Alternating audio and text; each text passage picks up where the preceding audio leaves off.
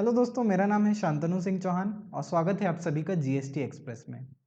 दोस्तों, कंपनी को मैनेज करते हैं उसके डायरेक्टर्स और यही डायरेक्टर्स बदले में लेते हैं रेम्यूनरेशन। तो आइए जीएसटी एक्सप्रेस के इस अपडेट में हम जानेंगे डायरेक्टर्स रेम्यूनरेशन पर जीएसटी लगेगा या नहीं और एक सर्कुलर का इस पर क्या इम्पैक्ट होगा।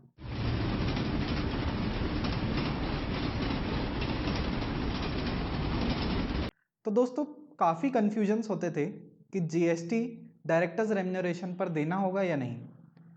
कुछ लोगों का ये ओपिनियन होता था कि डायरेक्टर और कंपनी में एम्प्लॉयर और एम्प्लॉय की रिलेशनशिप है और ये सैलरी लेते हैं तो इसके कारण इस पर जीएसटी नहीं लगेगा।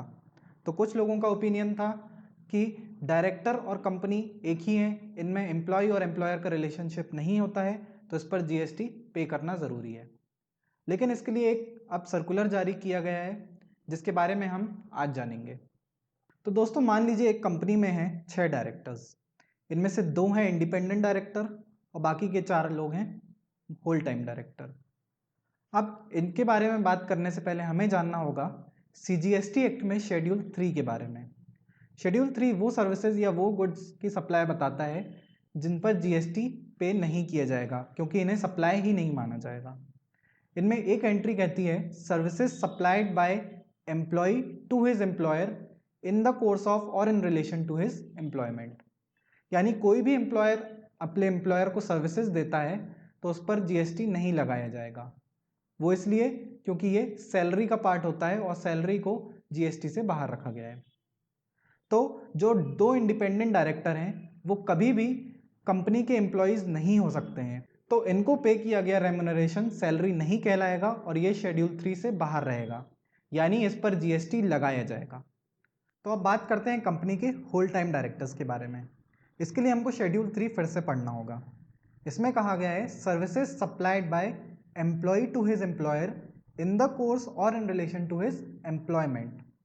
यानी जो भी सर्विसेज एम्प्लॉयमेंट के कोर्स में दी जाएंगी केवल उन्हीं को जीएसटी से बाहर रखा गया है। अब इसको हम कैसे पता करेंगे?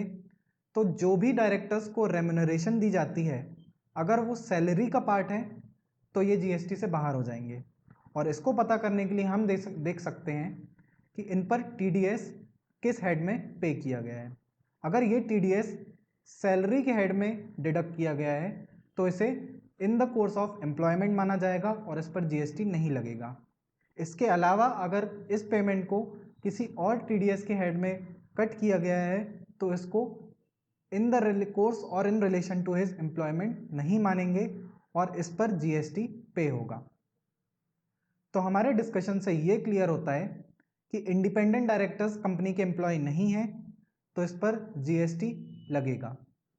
साथ ही होल टाइम डायरेक्टर्स जो कि सर्विसेज देते हैं एम्प्लॉयमेंट के कोर्स में उस पर जीएसटी नहीं लगेगा।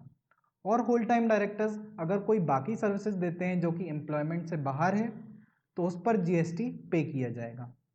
अब बात आती है जीएसटी पे कौन करेगा, डायरेक्टर या फिर कंपनी। तो इस केस में कंपनी सर्विस रिसीवर है और डायरेक्टर सर्विस प्रोवाइडर है। जीएसटी के तहत कभी भी जब भी कोई डायरेक्टर कंपनी को सर्विसेज देगा तो इस पर जीएसटी कंपनी को पे करना होगा, यानी सर्विस रिसीवर को पे करना होगा। तो जिन जिन केसेस में भी डायरेक्टर्स रेम्यूनरेशन पर जीएसटी पे किया जाना है वो जीएसटी को कंपनी पे करेगी। तो ये था डायरेक्टर्स रेम्यूनरेशन पर जीएसटी जिसको क्लैरिफाई किया गया है जीएसटी के एक सर्कुलर के द्वारा। अगर ये वीडियो आपको पसंद आया है तो इसे लाइक कीजिए और कमेंट सेक्शन में अपने व्यूज़ हमें ज़रूर दीजिए और जीएसटी के बाकी अपडेट्स के लिए हमारे चैनल को सब्सक्राइब करना ना भूलें।